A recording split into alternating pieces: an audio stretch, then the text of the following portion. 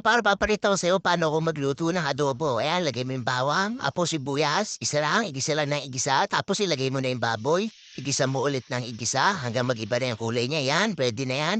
Lagay mo ng toyo, tapos oyster sauce, ikaw na bahala kung gaano kadami. Tapos haluin mo lang maigi.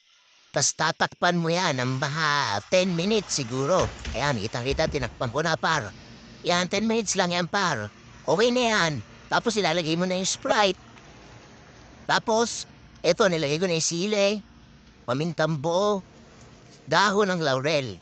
Halo-halo, halo-halo. 20 minutes para lumambot yung baboy natin, par. Okay na, par. Palamansi, para adobong adobo talaga siya. Ayun na, takpan, par. Okay na, par. Hinan niyo naman, par. Ito mo, par. Tinan mo yung tsura. Sobrang sarap niyan, par.